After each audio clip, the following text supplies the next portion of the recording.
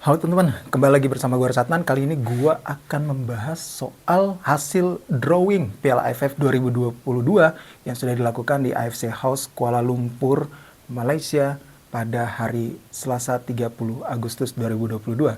Ya, seperti yang sudah dilakukan dalam drawing tersebut, maka Indonesia berada di grup A, yang mana di grup tersebut mereka tergabung bersama dengan juara bertahan Thailand, kemudian Filipina, kemudian ada Kamboja, dan juga pemenang babak kualifikasi antara Brunei atau Timor Leste. Sementara grup B sendiri dihuni oleh Vietnam, kemudian Malaysia, Singapura, Myanmar, dan juga Laos. Pada laga perdana, kemungkinan Indonesia akan menjalaninya dengan bertemu menghadapi Kamboja, yaitu pada 26 Desember 2022. Event Piala AFF 2022 sendiri digelar pada 23 Desember 2022 hingga 15 Januari 2023. Yang mana di grup A, Indonesia tentunya akan menghadapi lawan-lawan yang begitu berat. Formatnya sendiri pada Piala AFF kali ini berbeda dengan Piala AFF 2020.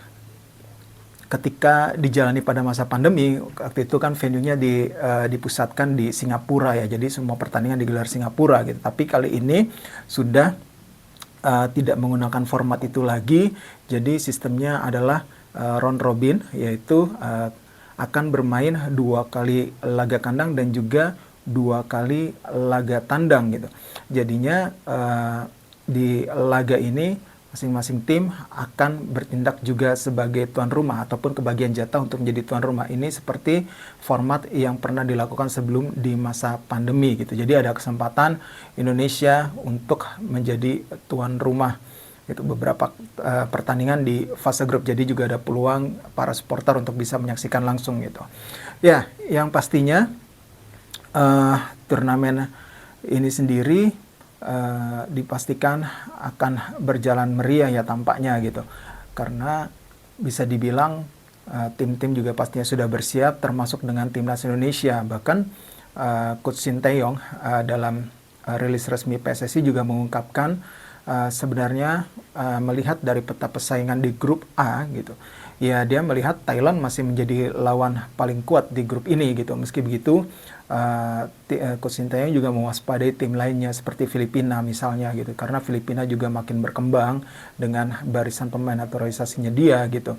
Ya, untuk pemilihan pemain sendiri, Sinteyong juga mengungkapkan akan memilih pemain terbaik yang dilihat dari kondisi terkini ataupun kondisi saat itu nanti pada saat akan berangkat ke Piala AFF, dan tentu ada pemain naturalisasi pastinya gitu. Apalagi saat ini Sandy Walsh, Jordi Amat, dan juga Sen Patinama kan lagi dalam proses ya, terutama Sandy Walsh dan Jordi Amat yang tampaknya proses naturalisasinya sebentar lagi rampung setelah kemarin Komisi 3 DPR merestui mereka untuk dinaturalisasi. Setelah dari Komisi 3 kemudian nanti akan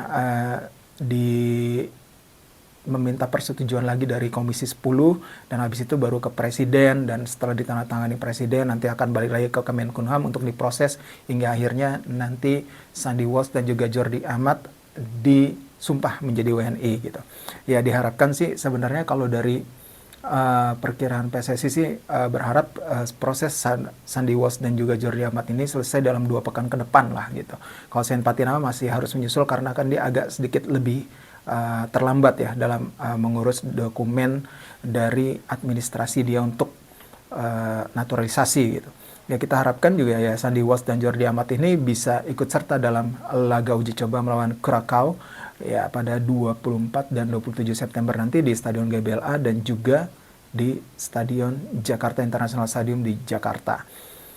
Oke, kalau melihat dari peta persaingan ini ya gue ngelihatnya ada peluang lah untuk timnas kita lolos ke babak semifinal setidaknya gitu terlebih dahulu, karena kan melihat lawan-lawan yang dihadapi gitu ya, kita ya seperti yang tadi Coach Sinteyong bilang, lawan terberat ya bisa dibilang Thailand gitu, walaupun secara peringkat Filipina juga berada di atas Indonesia. Tapi kalau gue ngelihat berdasarkan dari pengalaman di Piala AFF sebelumnya, harusnya kita bisa berbicara lebih banyak gitu di Piala AFF kali ini, karena targetnya adalah juara ya pastinya gitu.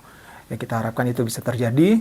Ya, semoga aja buat timnas kita lebih baik nanti, terutama juga dalam waktu dekat ini di laga uji coba melawan Curacao, ya dapat hasil yang baik gitu. Oke, sekian dulu konten dari gua kali ini. Terima kasih buat kalian semua dan sampai jumpa lagi.